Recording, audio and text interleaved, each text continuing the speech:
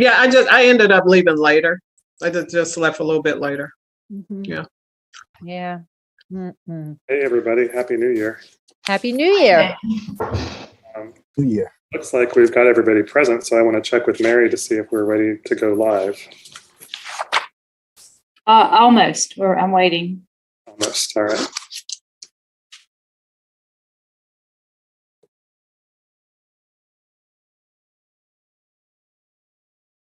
Happy New Year, Richard, Nick, Dave.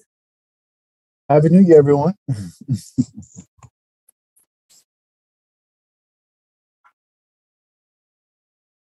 Okay, we're live. All right. Great. All right. Welcome, everyone.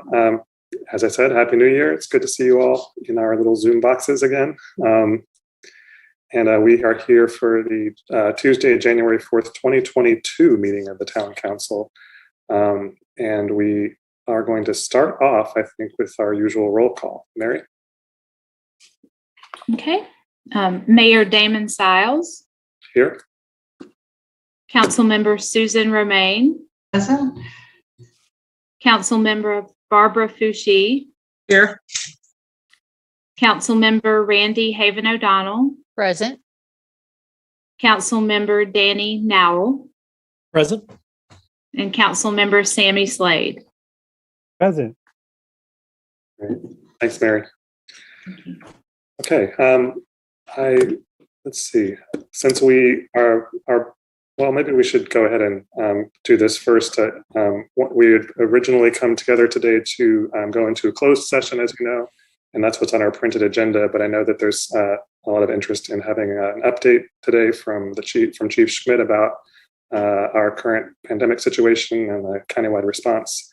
So I'd like to ask for a motion from a council member to add that update to our agenda this evening. So moved. Second.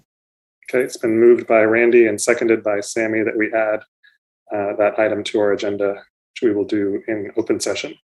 All in favor, we're going to do a roll call vote. Mary? Okay. Councilmember Randy Haven O'Donnell. Yes. Councilmember Susan Romaine. Aye. Councilmember Barbara Fouchie. Yep. Councilmember Sammy Slade. Yes. Councilmember Danny Nowell. Aye. And Mayor Damon Siles. Aye. Okay, my vote is unanimous. Since we are having this brief open session this evening, I thought it would be nice to invite our Poet Laureate, Fred Joyner, to be with us this evening, as he usually does for our regular business meetings. And so we'll turn it over to Fred for getting us started in the new year. Evening, everybody. Happy New Year. Good to see you all. I'm going to read a poem. I was reading through this book. It's What Saves Us. It's a collection of poems of empathy and outrage. It's edited by Martina Spada, the amazing poet. And everyone, I was reading the poem here, and this poem jumped out at me because it was kind of like parallel to a poem that I had written. I wrote this poem about some time ago about the tortures at Abu Ghraib, and there were these paintings by this painter, last name Botero, that were trying to get at how we could do this how human beings can do this to one another. And so it prompted this question, like, how do you keep your heart soft? And something in this poem,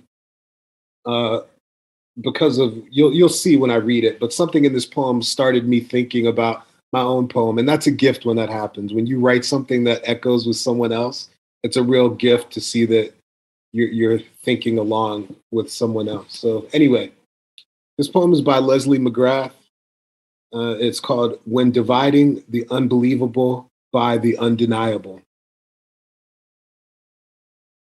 Coarse as sand, the thief in the slick red tie sticks his slick red tongue into your ear.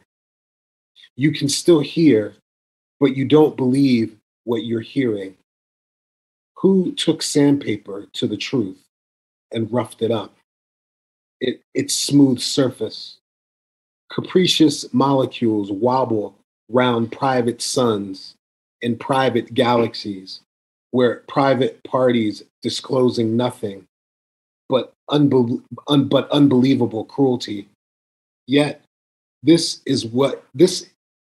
what is unbelievable is still divisible. Neutrinos, news organizations, nations, look at cruelty. Don't deny it. You want to look at it. Garish and underwhelming, stained golden, a fool's gold, a gold divisible as a fraction. You cannot solve, but you can refuse to let it move you. Be not afraid. Be not afraid. Lean against the coarsening with all of your might. So yeah, that's Leslie McGrath and this collection, What Saves Us. Yeah, lean against the coarsening. Keep your heart soft. It's a hard thing to do in these times, but it's the challenge from Leslie McGrath. Yes, thank you so much, Fred. Thank you. Before you leave, Fred, I wanted to share that Randy actually the other day sent me a link to a poem that by Amanda Gorman that she putting out there. Oh yeah. You may remember, of course, everyone that Amanda Gorman read at the inauguration. And the poem's called New Day's Lyric, and I'm not going to try to do any of it justice by reading it or anything like that. I wanted to share that with everyone, and I'm happy to, or if Randy wants to do it, share that link with everyone to take a look at. It was, I think, similarly filled with hope and resolve, and it's what we need right now. So thanks for being with us today, Fred. And thank you very much. Have a good meeting. Thank you. Okay. Very grateful that manager invited Chief Schmidt to be with us this evening to give us an update about our recent discussions with the countywide team around pandemic preparedness and response. And of course, Chief Schmidt has been in those meetings as well as other discussions over the last several days to keep us up to date. So Chief, why don't you go for it, and I'll happy to fill in any other information if I see that I have it. But I think you're on top of things, so please share your update with us. All right, thank you, Mayor. Good evening, Mayor and members of the council. I was hoping we wouldn't have to do this anymore, but deja vu, we're right back here again. So tonight, I want to touch base on, like the mayor said, the countywide approach, the response that's going on amongst the county, some of the collaboration. We met with Quintana today, and just some real quick numbers that I want to start with. We're averaging 741 cases a day. Our percent positive rate is 12.1%. In the state, it's just over 30. In Orange County, 75% of the residents are fully vaccinated, and 78% have had their first dose. There's no data yet on the boosters. CDC and Department of Health and Human Services trying to figure out how to track that information. So there's not a lot of good data on the percentage of people that have received boosters. And the other significant news with boosters is they're anticipating the CDC will approve by the end of the week boosters available for the age group 12 to 15 years of age. And they've also reduced the time down from 6 months to 5 months from your first round of shots. And so they're tightening that up a little bit. So we do expect that by the end of the week. As far as kind of the messaging from the county, it's vaccinate and boosters. Some of the data we're getting from the hospitals is just overwhelming. 79% of the patients in the hospital, at least locally, are unvaccinated. 96% of the patients in ICU are unvaccinated. 97% of the patients on ventilators are unvaccinated. So vaccinations, boosters are going to continue to be, that message is going to be pushed and pushed and continue to be pushed. You know, as we get into this, my gosh, we're about ready to enter the third year.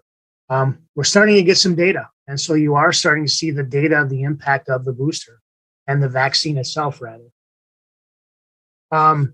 The next message is testing. With this, there's a bit of a struggle. So right now, you're having a run on testing.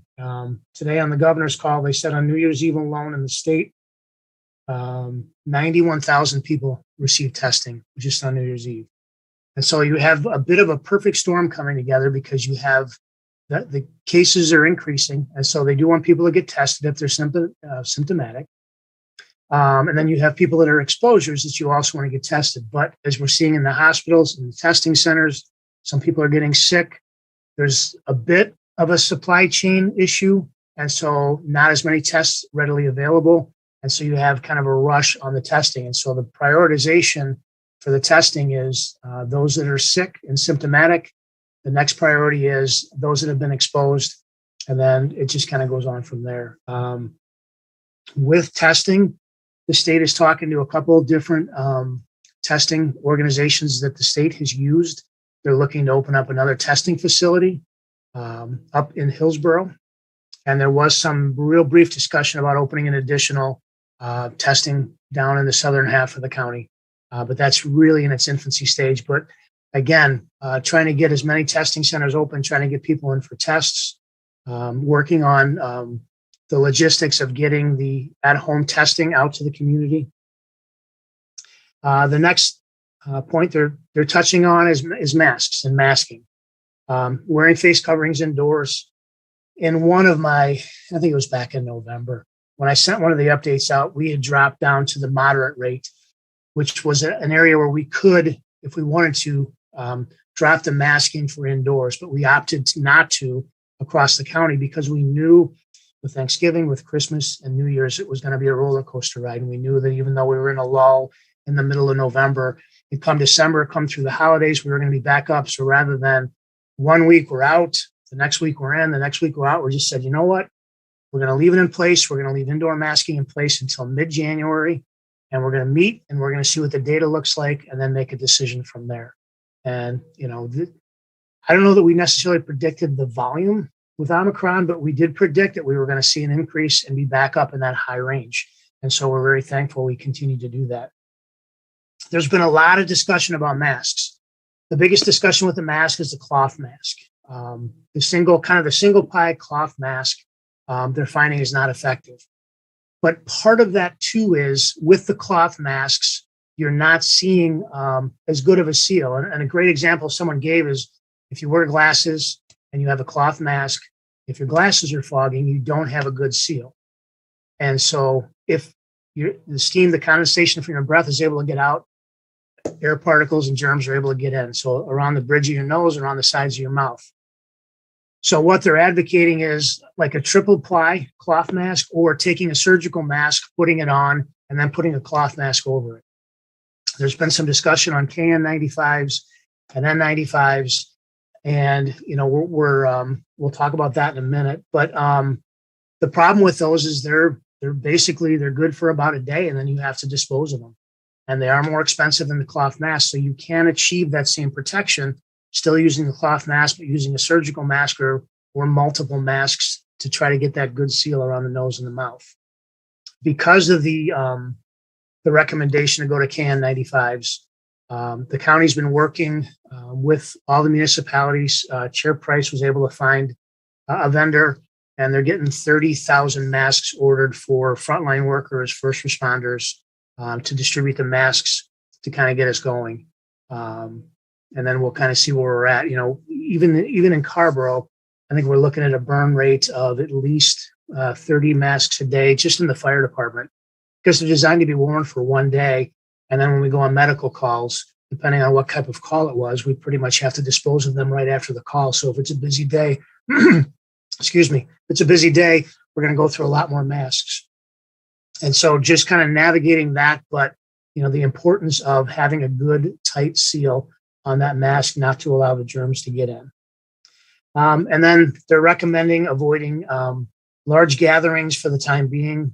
There's no restrictions in place at this time, but they're just, they're saying if you can avoid it, avoid the large gathering. And if you need to be at a gathering, still maintain that physical distance, even if you're outside.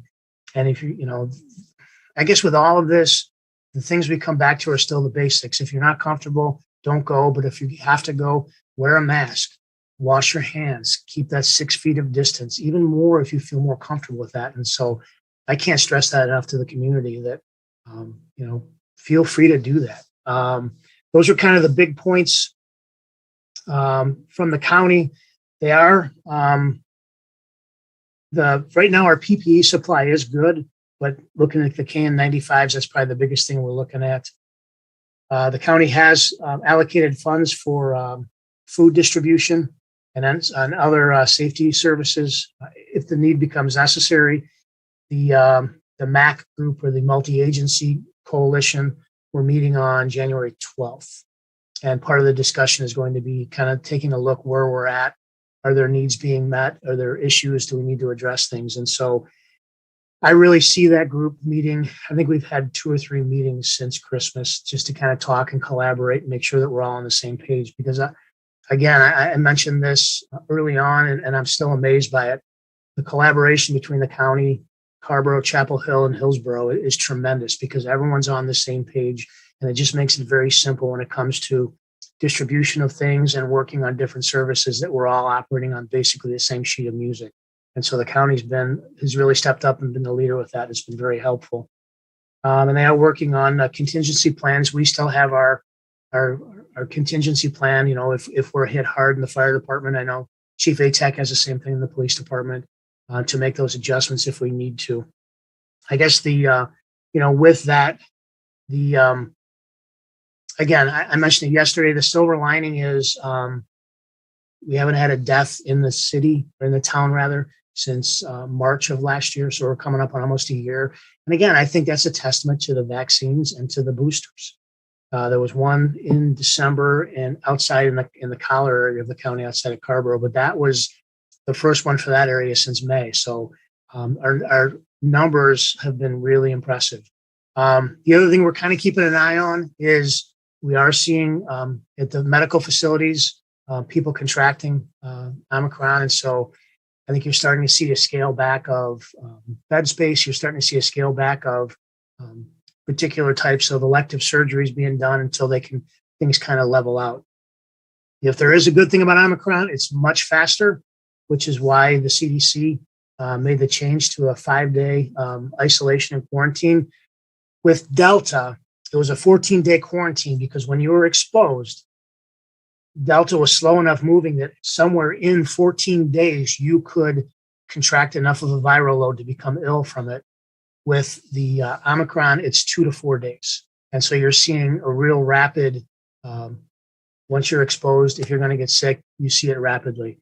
And so they've made those adjustments to the quarantine, still saying, even though you're quarantining for 5 days, you're still wearing a mask.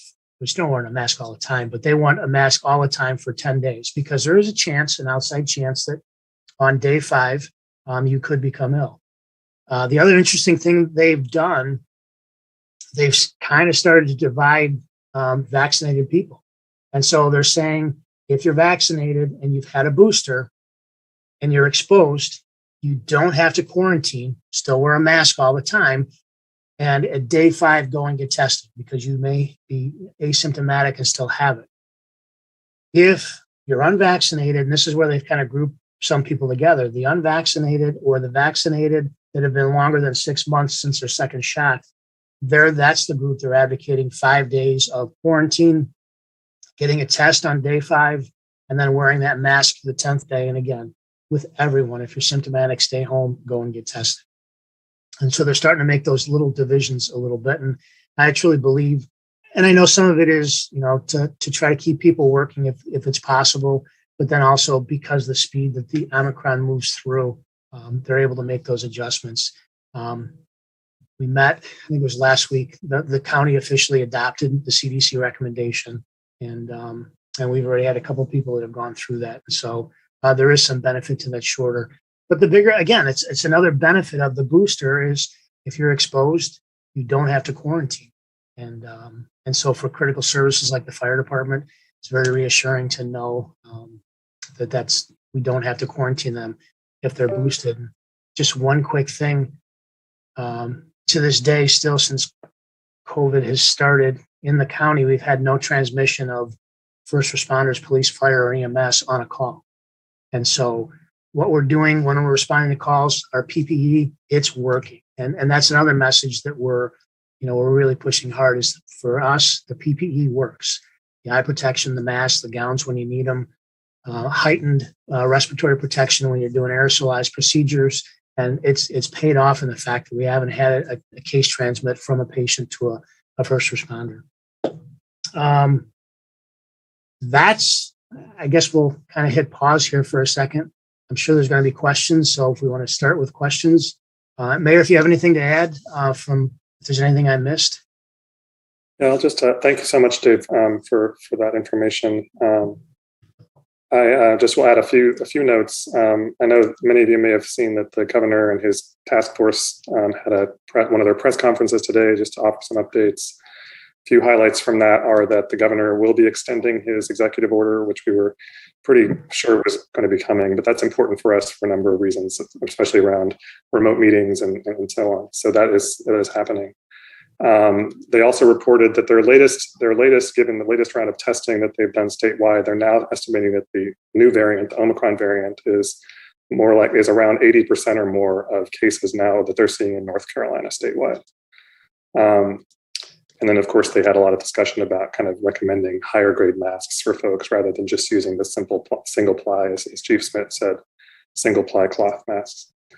I also want to share that, as I mentioned in my email to folks last week, the county and town communication staffs have been putting together an updated kind of media release that I think is going to go out tomorrow morning with some of this information about the situation as it stands today, latest guidance, as well as just advice for folks, a lot of which is Chief Schmidt has already gone through about the importance of vaccination and boosters for folks who are eligible, getting tested, especially if you are symptomatic or exposed to someone with COVID-19, and also for others if they feel they need to be tested. Then, of course, wearing masks indoors in public, even if you're vaccinated, that should apply to everyone. And as Chief said, and as you all know, several weeks ago, the county and the towns did extend the indoor mask mandate, which is still in place. And then finally, advice to avoid large gatherings, especially indoors. And then finally, I think Chief Schmidt went over a lot of this stuff, but some things that we learned both last week and then several days since then, and some of this I've mentioned to you all before, but in terms of what the county's been doing to ramp up response and preparedness, Chief Schmidt mentioned that we're looking to open up at least one more county testing site. They have been allocating additional funds for standing up emergency food distribution and other safety net services in case that becomes needed. The contingency planning has been going on now for a while with the public safety departments throughout the county in case there were to be impacts from staff shortages. And so they have been working on that both within each of the localities and countywide.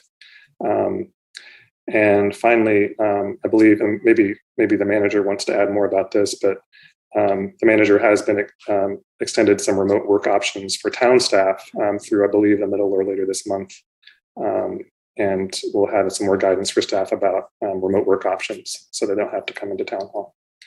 I think that's what I have for now. And I want to make sure that we have space for council members to ask Chief Schmidt questions and offer comments. So if you would, again, as last time, help me out here in that if you want to ask a question or something, just use the raise hand feature because that helps me actually see who's raising their hand. If anybody has questions. Okay, Sammy, go ahead. Thank you so much for those updates, both Damon and Chief Schmidt. Appreciate it. I think a lot of people are wanting to know exactly what we're doing locally, and I'm glad to hear that the joint communication will be coming out tomorrow morning to let people know. I really appreciate the breakdown and the stressing of kind of where the priority is in terms of where biggest impact is, one being vaccination. We know that the severity of Omicron is reduced significantly through vaccination. We also know, though, that our hospital serves some southern counties in North Carolina. And for that reason, our hospital has been under a lot of stress for a long time. And I think it's imperative for us to really be thinking about how to minimize further stress, even if we are doing so well with vaccination. Because while we may not have as much people in ICUs or on respirators, our neighbors down south will, irrespective of what their political leanings are, their reasons for why they don't get vaccinated. They are our fellow brothers and sisters, and we should do our best to minimize the stress on our hospital system and on the healthcare workers so that they can be treated as best they can. I'm a little worried about our experience so far. And for example, Quintana said that there hasn't been much transmission in restaurants or bars, and for that reason, that's not something that's being looked at. But we know that the Omicron is way more transmissible than what Delta has been. And as of last week, Delta was what was predominant in North Carolina. And today, and the numbers are showing it, Omicron is what's prevalent. So I really want to, I'm very glad that there's contingency plans for our police and fire in terms of making sure and not getting comfortable with the impact that masks can represent. Because my understanding and experiences of places that have already gone through this is that it's so transmissible that even best protection can be impacted, which is why we see a lot of hospital systems being impacted because of all the aerosol nature of what COVID represents. I heard from the governor today that the state itself has a lot of K95 and N95s. So I would encourage you all to supplement what Chair Price is looking into at the county level, maybe even having those masks that are being secured made more available to the public if the state can augment what we need for our first responders. And I encourage y'all to consider, I think the state is thinking in these terms too, frontline workers too, in terms of grocery workers and bus drivers and, our people who are public works who are, facing people every day. So really expanding the sense of who we can facilitate getting masks to. Then I'm glad that the food disruption is being looked at, and that we're looking at that. One ongoing thing that I would really want us, and I've mentioned this a few times already early on, I asked Quintana about whether we're still going by the metrics that led us to trigger non-pharmaceutical measures. And right now we are exceeding all of those metrics, whether it be testing positivity or amount of cases that are happening or impact on hospitals, or we're not contact tracing anymore, for example, because of the nature of Omicron happening so quickly that there's no time for the contact tracing to happen. So everything is exceeding those thresholds. So my request has been that we update what it is we do when those thresholds are being exceeded, so that we can be clear with ourselves and with the community at large about the changed nature of what Omicron represents, and that we're all on the same page for knowing when we need to ramp it up. It's one thing to recommend that large gatherings not happen, but when are we going to require that? When is that going to be required? Is it solely when the hospitals are under extreme stress? Can we foresee, given what's been happening in other places, that hospitals will be stressed and not wait for the numbers to increase before we implement those non-pharmaceutical measures? I just want to remind us too that we live in a country that representatives and elected officials, both on the federal and state levels, are subject to forces that are resistant to implementing measures that will safeguard the health and well-being of people, whether it be because it's far right or because it's capitalism that we live under. And Carrboro is supposed to, we think of ourselves as something different. And it's been shown when you look at the map during our COVID pandemic, we stand out as that place that is doing something different. And so I really would like to encourage us to think outside the box and not necessarily go by what the recommendations are by the CDC or the governor, or for that matter, the president, who said it's upon the states to fend for themselves. Let's think outside the box and take cue from what the experience has been in other parts of the country. We have that opportunity. We have the benefit of not being the first.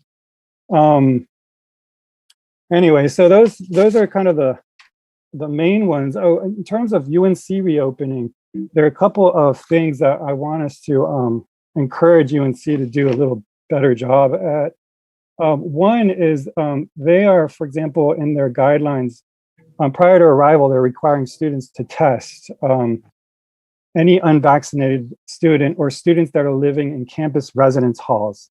So what that means to me is that people who are living in Carrboro, students, are not being required to test. And it is our responsibility to minimize the possibility of transmission and perhaps request that UNC reconsider and include off-campus people who are off-campus.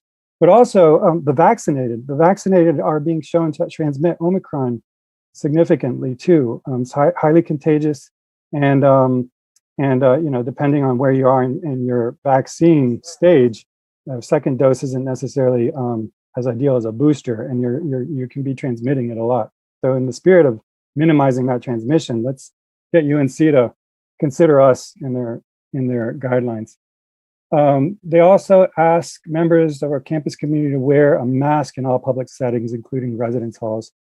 There, I think we too, as a community at large, can do a better job, and maybe this will come out in the communication that will happen tomorrow, in terms of stressing the importance of K95s or N95s, and what you're describing, Chief, of triple ply for cotton masks and that kind of thing.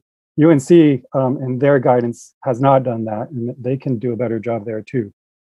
And then lastly, they understand that access to testing on campus has been important, and they're going with the guidance that the CDC has issued in terms of asymptomatic testing has limited utility given the short incubation period and high transmission rate of the Omicron variant. So it's still a big question. There's been a lot of pushback on the CDC recommendation in terms of the importance of testing before quarantine or isolation is broken. And clearly, like, one of the reasons for that recommendation has been because lobbying by Delta happened the same weekend that all these flights were being canceled. Obviously, too, as the chief represents correctly, Omicron happens much quicker. But we don't have antigen tests, which are the ones that will do best in seeing if you no longer have the test. My understanding is that the other test that goes to the labs, that one can pick up, it's so sensitive that it can pick up when someone has had Omicron or COVID, and you can be testing positive for months.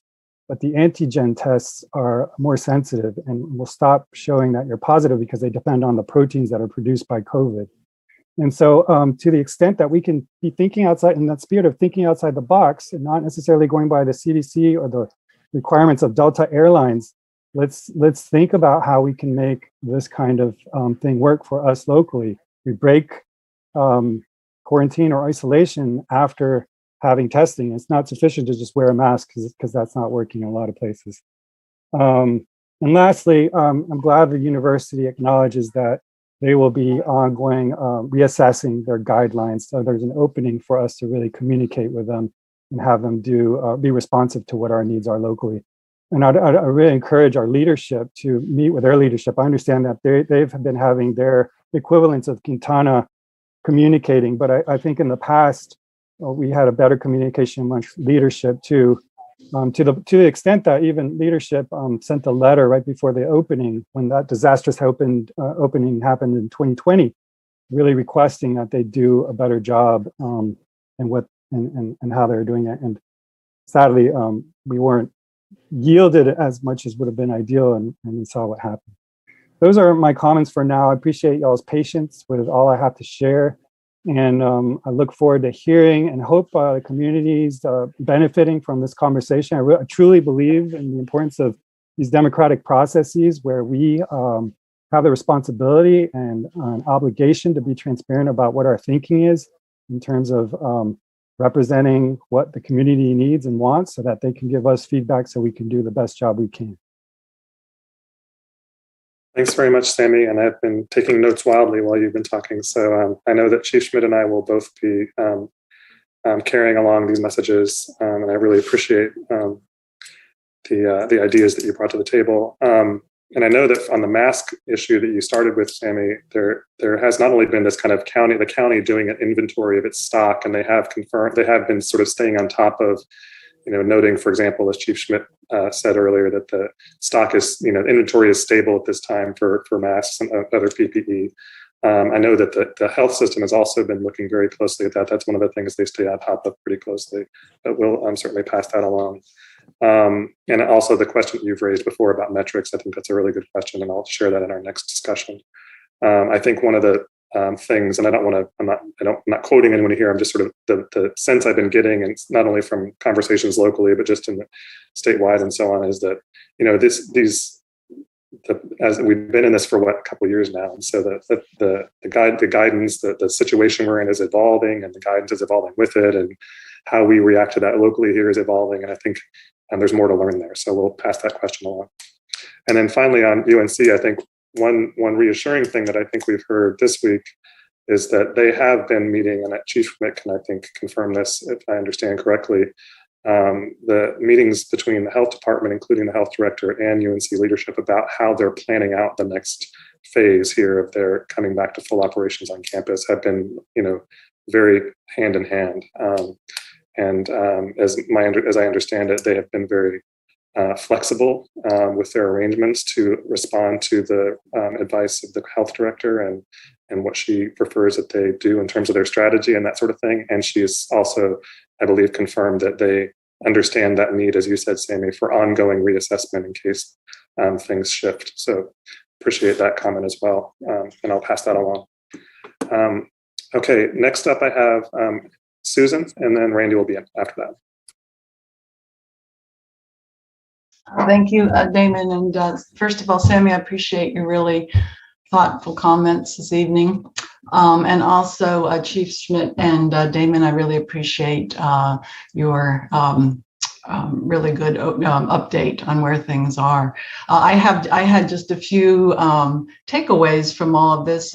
First of all, it's so good to hear that this collaboration with the MAC group that carried us through the Delta variant is there for us through Omicron as well. So I'm thrilled to hear about that. And Damon, that there will be a statement maybe coming out as soon as tomorrow that's going to really help all of us in terms of reinforcing the consistent messaging. So I'll look forward to that.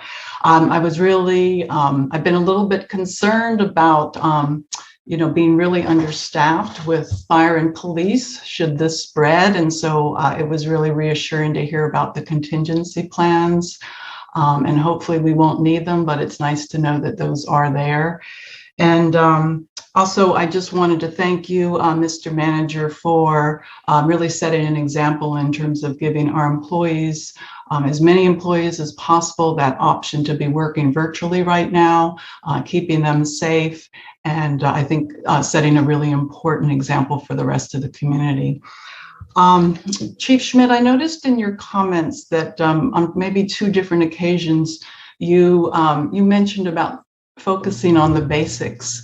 And I bring that up because I have spent a little time over the last few days looking at the Orange County Health Department website, which had a huge amount of information to be dealing with over this last 2 years. And I really appreciate how hard everyone has worked to keep the community well informed on all of the news around COVID.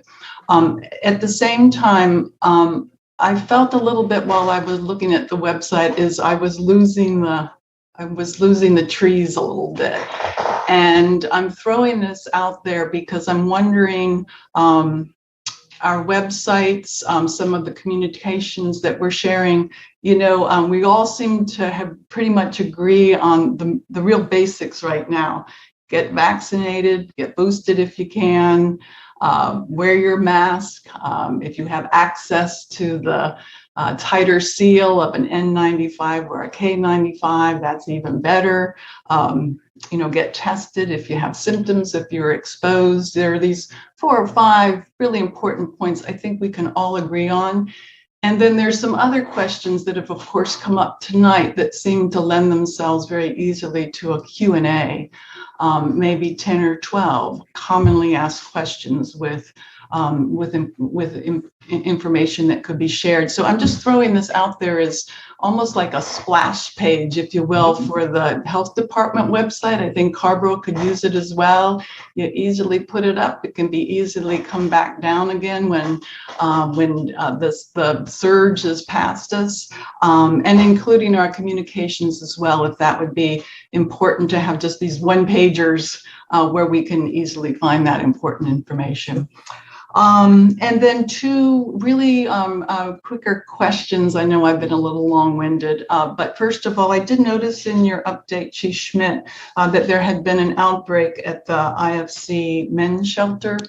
And I was wondering if you had any information in terms of how the shelter are, the residents there, have they been moved into a hotel? Does IFC need any help from the town during this process? I'm just curious if you had any update in terms of how things are going there. Sure. So it's the IFC shelter that's in Chapel Hill. And my understanding from talking to the county is they still have that agreement in place that they're able to put them up in a hotel to isolate them during that quarantine period. I've not heard any requests come officially or unofficially through the channels from Chapel Hill indicating IFC needs any assistance. And I would think if they would be going to the county and the county would be saying something. So as of right now, I have not heard any official request. Okay, great. And then my only other question, Chief Schmidt, is I wonder if you could give us a little bit of an update at the at-home test. I didn't hear too much about that. I know that I believe there are tests now at the state level. It sounds like they have not made it to the county level yet, but do you have a expected time when those at-home test kits will be available? I have not heard an official time frame when they'll be delivered. I do know some initial tests came through and they were quickly distributed. And I know some of the tests had expired and couldn't be used. And I do know on the state call today with the governor, they did mention getting additional testing supplies into the counties. But I believe that was also when they talked about some supply chain issues. And so I do know they're actively working towards getting those at-home tests out to the counties, to the health departments. But I will see what I can find out. Yeah, thanks for that last question too, Susan. And just to kind of confirm what I remember from our conversation, as Chief Schmidt just said, that where they were with these at-home tests that they were expecting shipments of from the state was really still at the sort of logistics, figuring out the logistics of how to divvy them up to the counties and get them shipped out and so on. So I think the tests are there, but they need to get them into people's hands. So we need to work on that. And I really appreciate your comment, Susan, about the website, because I've noticed that myself, and I like the idea of this, like you said, sort of focusing on the basics. I think that this joint statement that will come out in the morning or sometime tomorrow is meant to focus on exactly the things that you're talking about, sort of remind people what the guidance is, what the advice is about how to minimize their risk, and so on. And I think that would be a good basis, as you seem to be suggesting, for sharing with people what they need to be focused on. All right. Randy, you're next. Yeah. Thank you. Thank you, Damon and Manager, for making room in the agenda. Thank you, Chief, for being available to not only share an update, but also,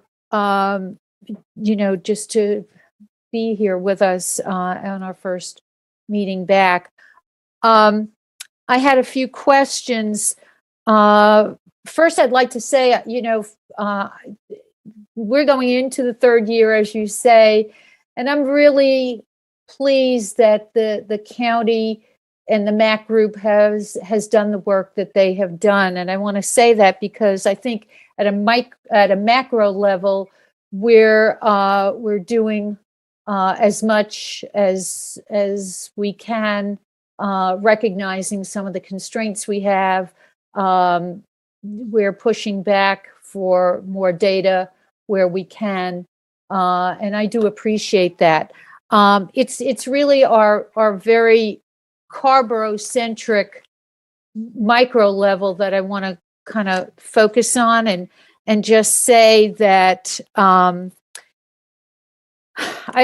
feel like folks in the community are trying very hard to be sensible, to do the things that are going to work best for themselves and their family and their neighbors.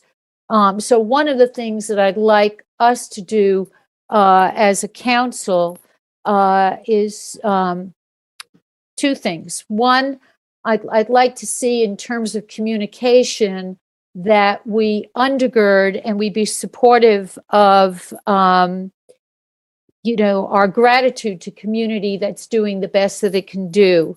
Proactive amplification of the sensible practices folks in the community are already doing. So let me give you a very concrete example, and that is if you take a look at Martin Luther King Park, in the tot lot, the parents and the children are all wearing masks. So one of the things I'd like to see is that our town parks all have some kind of signage that recognizes that folks are choosing to wear the mask, to be sensible, and showing our gratefulness for their contribution to stopping the spread. That's simple. We can do that in the parks. We can do it at town commons. We can do it on the kiosks around town. Just getting that message out of appreciation for the fact that folks are doing this and just being undergirding their sensibilities. I think there's a really important need to try and identify ways that we can do that, not only in the parks or the town commons or, on the kiosks around town, but even on that big signboard, the electronic signboard where we put town information, just thank you for masking up. And I say this because in times of uncertainty, one of the most important things that we can do as leaders, even though we know a lot of the information that's coming from the county, is to express to folks that we understand that they are doing the very best that they can do. We understand that there is that we can support them in what they are certain about. Do you see what I'm saying? Does that make sense? Because rather than have folks feel, oh, why am I masking and maybe I don't have to, or should I? They should know how much is appreciated when they do. And I think Manager White, if you talk with Kat Lazorko, Kat may have some other wonderful creative ideas about how to get a good blast out and continue that. And if there's other ways in other venues, so for example, businesses, our local businesses could also be posting something that has our logo and our brand that says, we appreciate you, or, we're grateful that you're complying. Because I think that when people have they're exhausted from 3 years of this, they need to understand that we're working together as community. So that was my first ask. My second ask has to do with OWASA and maybe having Nick or I don't even know who is the point person to share with us on the wastewater COVID numbers. And I say this because we know that Omicron exists in our community. What we don't know is how much it's spreading and in what amount of time. But we do know that the wastewater gives us that data. And we had gotten some information from OWASA, I don't know, last spring, but I am very much concerned that we don't waste information. The information's there. OWASA is tracking it. I would like us to know, especially because when OWASA is getting these numbers, they're getting the numbers that reveal the spikes very specifically. So that goes beyond case numbers. The cases that we may see are cases that are reported, but the wastewater is going to reveal what's out there in total. So being the science person, I would really like to see us maximize the availability of that data. And it also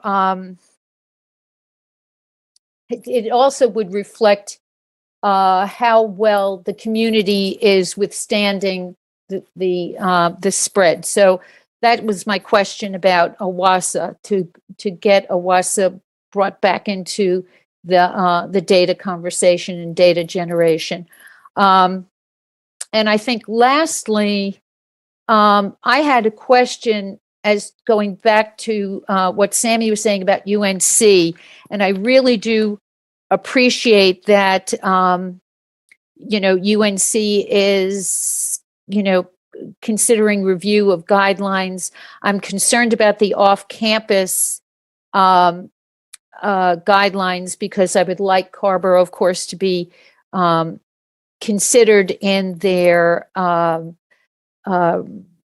in their expectation of testing and vaccine and boosting. But I think that's a conversation we're going to continue to need to have. I'm curious about, the hospitalization. I want to just go back to something that was said well over a year ago and just make sure I understand it as the information is today. And that's UNC does not share numbers with the county, or do they? I do not believe they publicly share their numbers, but they do share, in the MAC group, they do share that information. They do that. Okay. So do we have, any idea of, as Sammy said, the stress levels of UNC hospitals at this time? Or because it's a system, I mean, there's, so. Yes. I mean, they're seeing an increase in cases. They're seeing an increase in staff members being out due to exposures or contracting the virus. And I believe they're at some of their highest call out rates they've ever been at. So, I obviously can't speak on their behalf, but based on what I'm reading, it looks like they're very stressed. Right. Okay. So I'll just confirm, Randy, real quick, that what they've been very focused on communicating as those sort of high level points that Chief Schmidt shared are that, yes, they're seeing a higher number of cases. Of course, we know that. Yes, they are starting to see some impacts on staff. They're sort of adapting to that by, as Chief Schmidt mentioned earlier, finding capacity by shifting elective procedures, that kind of stuff that we've seen before. They have also shared that, and I think this is right, Chief, that they're monitoring closely their access to PPE supplies, Absolutely. and that's remained stable at this point. So they are very closely monitoring, especially the staffing issues and all that. So that's where they're feeling the stress right now. mm-hmm. Yes. Yeah. I absolutely support looking into how do we get the KN95s or the N95s to people in the community. And I don't know whether, I think I wrote this in an email in response to Sammy and Damon. I don't know how we look at procurement and just, creating some options for folks in the community to be able to shift from a cloth mask to the KN95s. I think honestly that, even though KN95s are one-time use. If the one-time use is to go into, a store and leave, if you have a KN95 doubled, you could use that several times as long as it's not for long durations. That's what my understanding is. Lastly, I just want to talk about the children, okay? Because one of the things that we do not know in community, throughout the community, is, there are children who are coming down with COVID. This is happening much more quickly. In many cases, we do not know these numbers, right? And we do not know what's happening with parents who, may or may not be having a child tested because it's a very short run. What kind of information? This goes back to the communication piece. What can we get out into the community that uplifts the parents' sensibilities, and basically acknowledges that some of the uncertainties that parents are facing as children are coming down with what they think are, well, it's just a cold or it's just a sore throat, and they're really not sure, but they're also not sure about sharing that information with neighbors whose children have been exposed to their children. Do you see what I'm saying? And this is a real problem. And I will tell you, because I see this in our own neighborhood, that, we have children who are ill and the parents may or may not be sure, or by the time they want to take the child in, the child's starting to recover. But that window of time of exposure and shed has already occurred. So how can we best not only get information that is targeted to our parents, especially parents of children who are less than 10 years old or less than the booster age, and what organizations, what nonprofits and what other organizations, including the school district, can help us in getting those messages out. And thank you so much. Yeah, thanks for that question, Randy. And I think that's a good topic for us to bring up, Chief Schmidt, next time, is if there's any additional guidance they might offer for folks with younger children, especially. I agree. Especially now that schools are going back, and the legislature has, of course, tied hands about how that can happen. So anyway, thank you very much, Randy. Sammy, is that a new raised hand? Or yeah, it is. Okay, go ahead, Sammy. Thanks. Yeah, so in terms of hospitalizations, the CDC has a really good site that shares that information. And the percent change in the last 7 days is 164% for Orange County. So clearly, even on that metric, we are bursting through the thresholds. In terms of when the leadership chairs and mayor will meet next week, UNC will be, students will come back on the 10th. And so very much encourage, Damon, for you to meet with the chairs to communicate with UNC leadership about, reflecting what our needs are in terms of what their guidance is. And really, I think it's very premature for them to bring people to town again. I mean, we know this is going to explode, and this is what's happened everywhere else. Omicron's happened. So for me, it's actually amazing that they are reopening. I think a delay would make a lot more sense. Lastly, I just wanted to, I mentioned this over email. I would like to encourage our manager to promote over social media what the town is doing. I'm very appreciative of remote working for our town. I think that for places that can remote work, it's really important for us to model that that's what's necessary in this moment to minimize the spread that's happening. So if you could let people in the community know that's what we're doing, please consider doing it yourselves. That would be really good.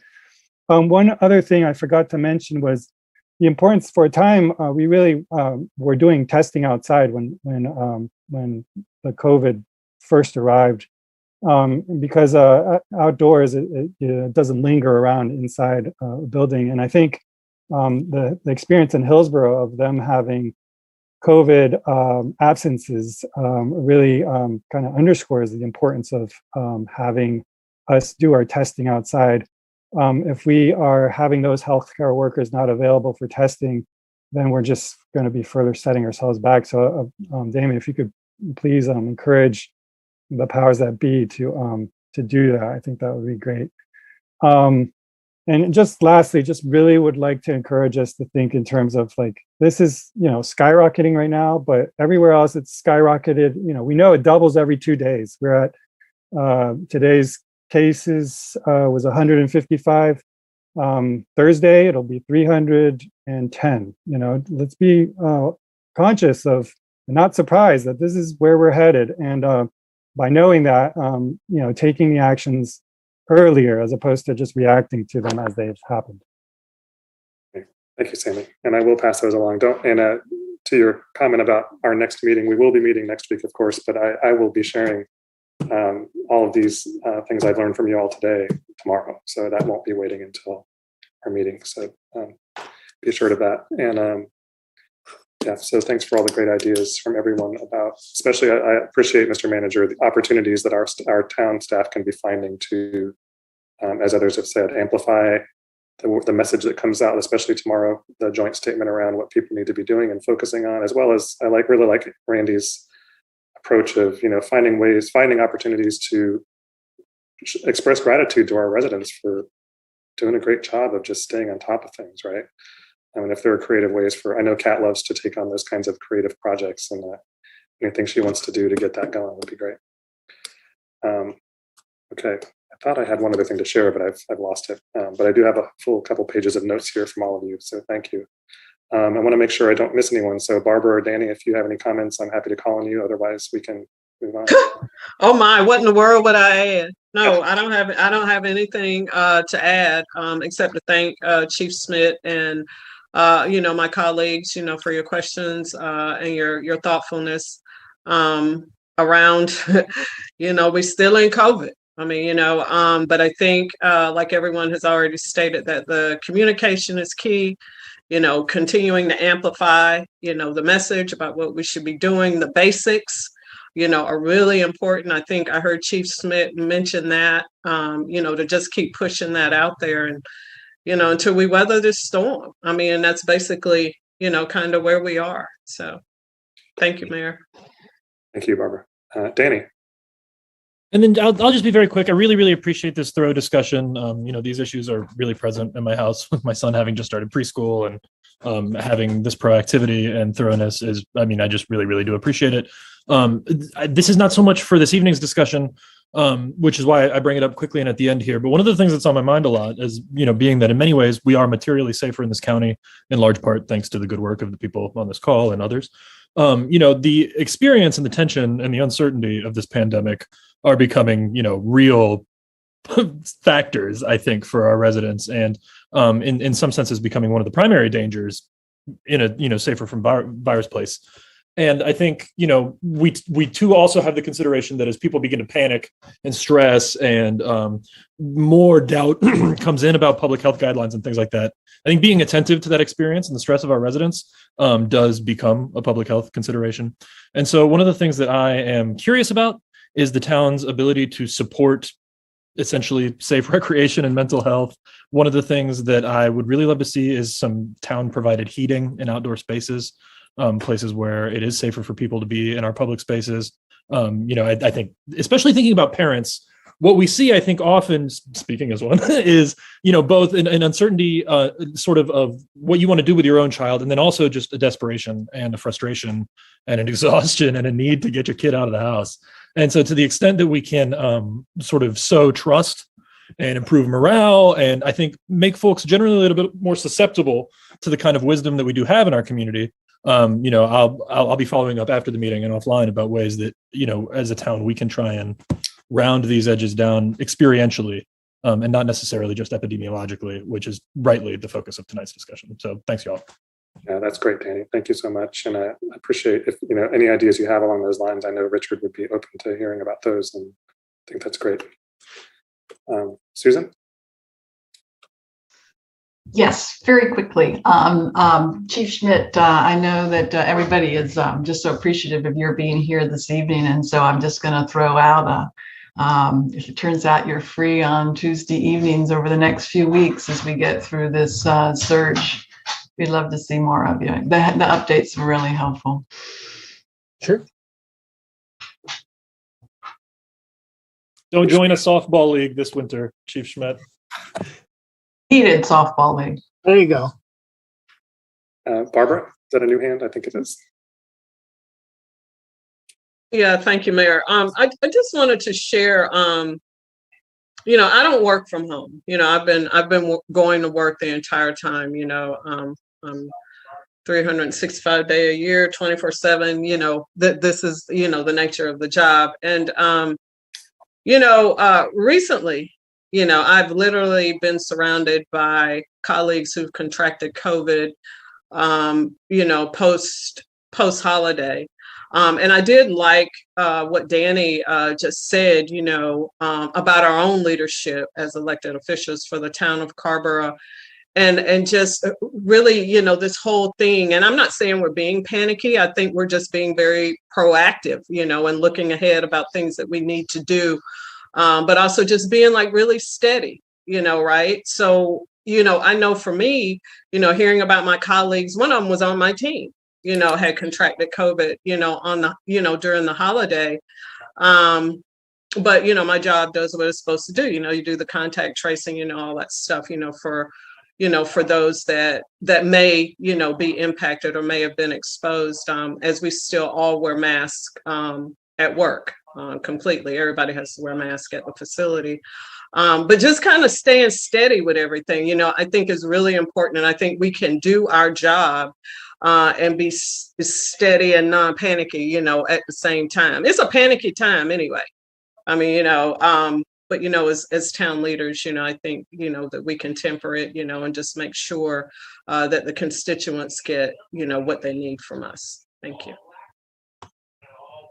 Thank you so much, Barbara. I agree completely. And certainly one of the things that I've been able to observe in these last couple of meetings with my colleagues who are across the county and talking about these issues and having this direct experience now of sitting in the room virtually with the health director and with the emergency services director and others is that sense of steadiness and professionalism that they're bringing to this. And they are laser focused on exactly the issues you all have been raising here about the numbers that we're seeing go up and the stresses that places on the systems around us. And they are sharing all of the same concerns you all have. So I think it's important for you to know that.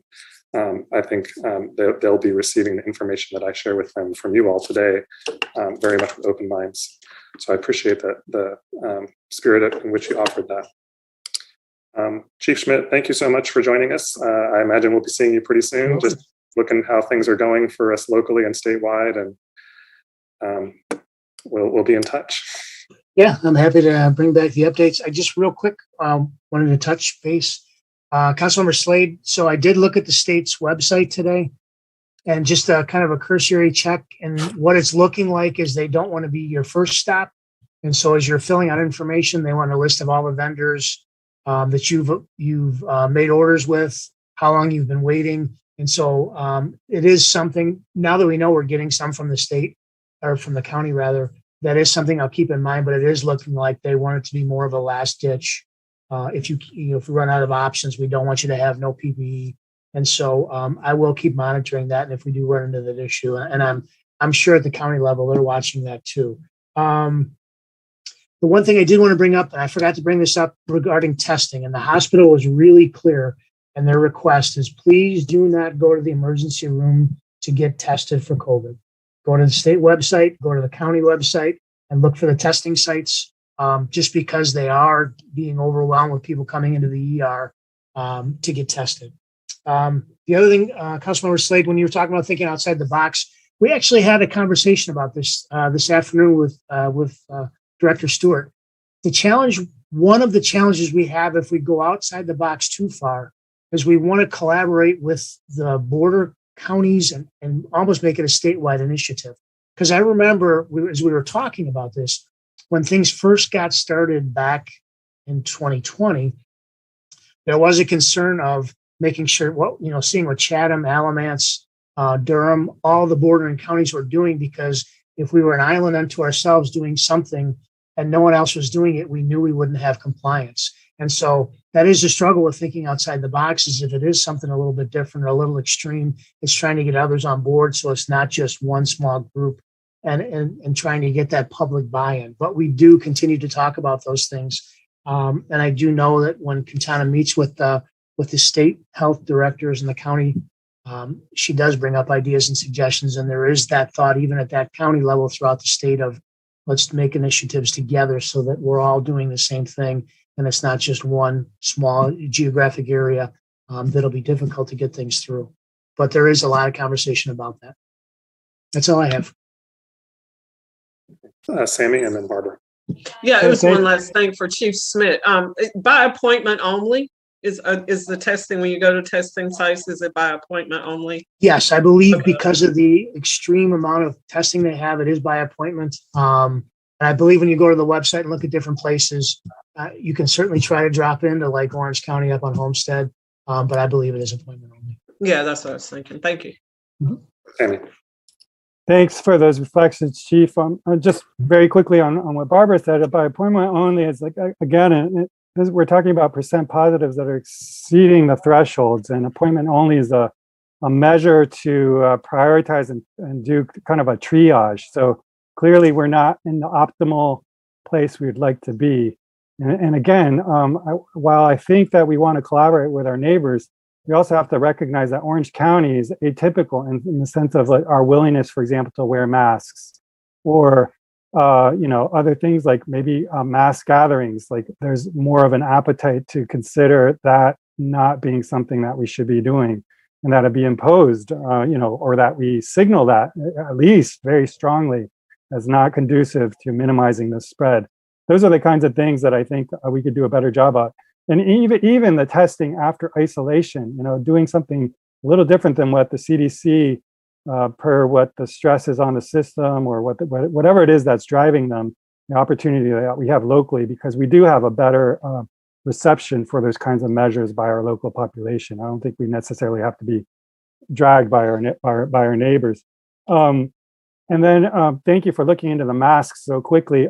My question there is that only jurisdictions like cities and counties that can make those requests, or can other entities such as like frontline workers like grocery stores, or as a group grocery stores, or like Owasa, or people who have to be working in close proximity to each other, can they be making those requests? They do. It's actually if you go to the website, it's actually like a tiered approach. Nursing homes and extended care facilities, first responders, they're like the top tier, and then the community partners, they talk about those forward-facing. Great. And if it's not us who are getting those directly from the state, maybe our role there is to spread the word, encourage our partners who are in Orange County to seek out those masks and facilitate that for them. And I can tell you the health, talking about the outbreaks, over the last couple of weeks, I know the county, again, Health and Human Services, they're communicating with all those different facilities. And so those conversations are ongoing. So this will just be one more thing that they can introduce into that conversation. And they also have the ability, and I know the county in the past, in 2020, when this first started, they were helping supply PPE to some of these facilities throughout the county that they just couldn't get their hands on them, or they were being price gouged. So yeah, that network is really strong, and it's really in place. And because of COVID, I think it's really strengthened those relationships, and they're not afraid to reach out and communicate their needs for PPE or whatever the case may be. Because I remember they were even talking about trying to bring in employees early on when the employees first developed COVID, and ways to keep nursing homes open. Great. Thanks, Chief. Mm-hmm. Thanks again, Chief. And you're very welcome. Enjoy the rest of your evening. You too. Okay, everybody. Thanks for that. You've given me some good material to walk away with in the morning. We do have a closed session that was on our agenda all along. long for today, and so I'd like to have a motion to go into closed session, and this is to discuss a personnel matter. I see Randy and Susan. So motion by Randy, second by Susan to go into closed session to discuss a personnel matter. Clerk, will you call the roll?